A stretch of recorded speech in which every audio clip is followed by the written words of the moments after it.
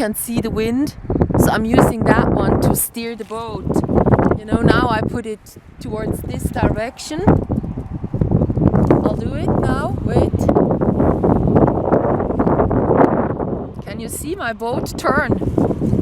So once I will have to go to the left side, I can do so without paddle. Yeah, I got into the river and I went like, oh, you know, white shark and me afraid as a fire being and into thinking very much air akin, like loving the air and fire. How will I survive this? So I will never ever have to come back. First time I did it with 2 men. Second time I did it with a man that I knew very well, kind of. Now I'm all on my own and it's even bad weather, a lot of wind, I have no paddle and the boat has a leak. It is leaking, you know. When I inflated it in the train, I made a hole into it myself. So the 3 layers, one of them, this one is kind of leaking anyhow. So now I'm waiting until I will have to act again. So I was all afraid getting into this thing and then kind of, you know, finding out about steering it with this one in the wind. And now I'm all relaxed. I'm a bit, you know, didn't sleep too much, but I'm all fine. And even with the hands it works. Like if I go like this, I can steer myself to the right border again. I don't want to get too much to this side. I want to stay on this side. There is a nature reservoir something coming up on the right side, and if I end up there in these shallow waters, I will have to carry the boat, and it's kind of not too nice. But I learned that whenever I want to try to stay on the left side, seen from here, it won't work. You stay in the middle. A boat stays in the middle.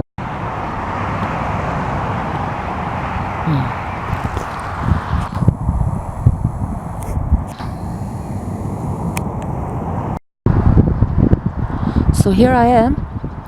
Years ago they were using this river that they dug out to carry goods from Zurich to the countryside, and not just downward stream following to Zurich, but also upstream.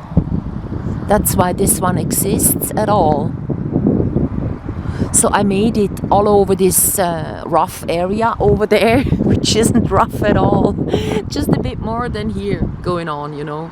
But I'm like feeling the water so much, and I can sense the power it can have, and then I'm afraid of stones beneath that could rupture the boat and stuff like that goes on in my mind.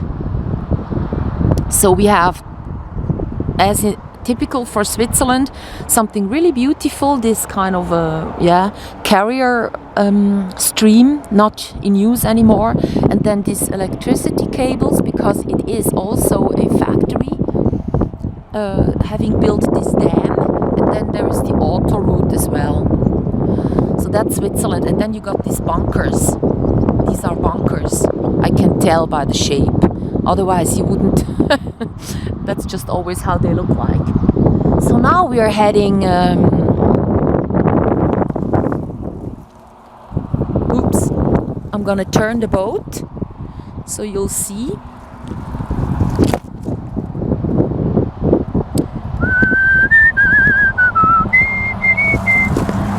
So we are heading down there to actually get off on the right side. So that's why I am right here, ready to get off.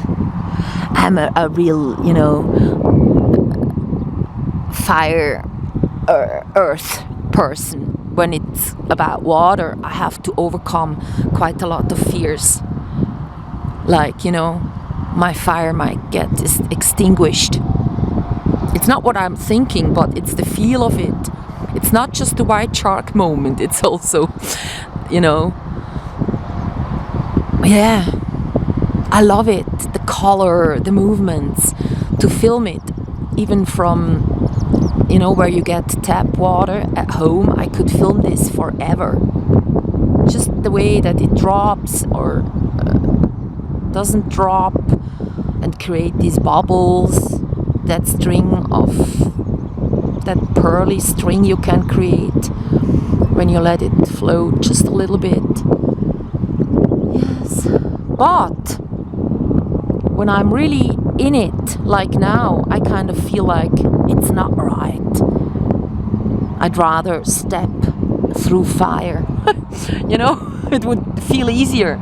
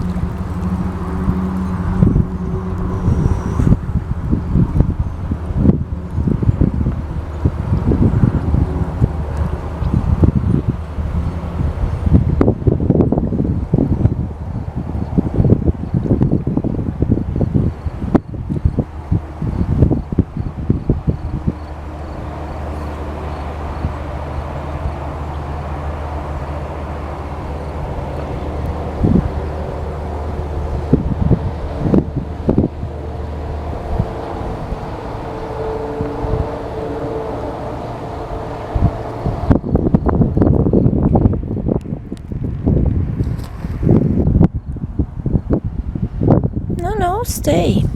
Stay.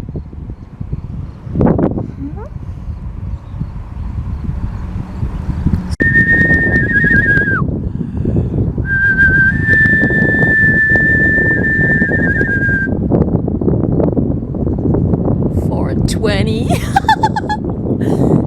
Yeah. I don't need any timetable, when I'm smoking. I don't need to light my smoke at 20 past 4. Even if there is a club, and if there is a club especially, I need to say no thanks. I'll be fine just by myself. While I was smoking all the time. I had a smoke ready for when I got up. A smoke was ready for any break that I would do during the day. There is a airplane nearby. And I had a smoke for when I was leaving the house. In my bag it rested, and in my pockets I had some kind of a layer of ash. Then, and the way I got rid of it was when I moved out of the city, and it was so difficult actually to get it. And then also I made it so disgusting for me to smoke, because the coal filter would just keep all the smoke away from me, kind of. The feel was, I have to so hard now. And then the feel of it was gone that I was used to.